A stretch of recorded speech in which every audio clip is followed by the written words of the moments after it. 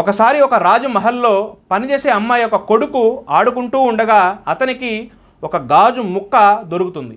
వెంటనే ఆ అబ్బాయి దాన్ని వాళ్ళ అమ్మకు చూపిస్తాడు. తల్లి ఒక్క చూపులోనే అర్థం చేసుకుంటుంది అది వజ్రం అని. కానీ ఆమె భయంతో ఆ అబ్బాయికి అబద్ధం చెప్తుంది. అది ఒక మెరిసే గాజు ముక్క అని చెప్పి ఆ వజ్రాన్ని తీసుకెళ్లి బయట పారేస్తుంది.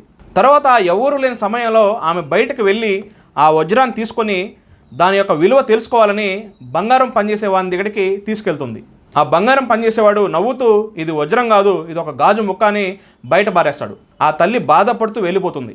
కానీ ఆమె వెళ్ళిపోయిన తర్వాత ఆ బంగారం పనిచేసేవాడు ఆ వజ్రాన్ని తీసుకొని ఒక వజ్రాల వ్యాపారి దగ్గరికి వెళ్తాడు.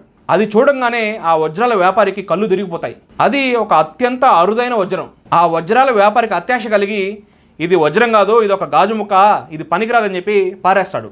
ఈసారి వజ్రం నేల మీద పడి ముక్కలు ముక్కలుగా అయిపోతుంది. అదంతా చూస్తున్న ఒక వ్యక్తి వజ్రం దగ్గరికి వెళ్ళి అడుగుతాడు, నిన్ను మొదటిసారి పారేసినప్పుడు నీకు ఏం కాలేదు, రెండోసారి పారేసినప్పుడు కూడా బద్దలవ్వలేదు, కానీ మూడోసారి పారేసినప్పుడు ఎందుకు విరిగిపోయావని అడుగుతాడు. ఆ వజ్రం అంటుంది, మొదటిసారి పారేసిన ఆ అమ్మకి నా విలువ తెలియదు, రెండోసారి పారేసిన ఆ బంగారు షాప్ వ్యక్తికి కూడా నా విలువ తెలియదు, కానీ మూడోసారి పారేసిన వజ్రాల వ్యాపారికి నా విలువ తెలుసు, కానీ గాజు ముక్క అని చెప్పి నన్ను పారేశాడు. మన విలువ తెలిసిన వాళ్ళు, మన గురించి తెలిసిన వాళ్ళు పట్టించుకోకుండా అవమానిస్తే మనం బద్దలైపోతామని వజ్రం అంటుంది.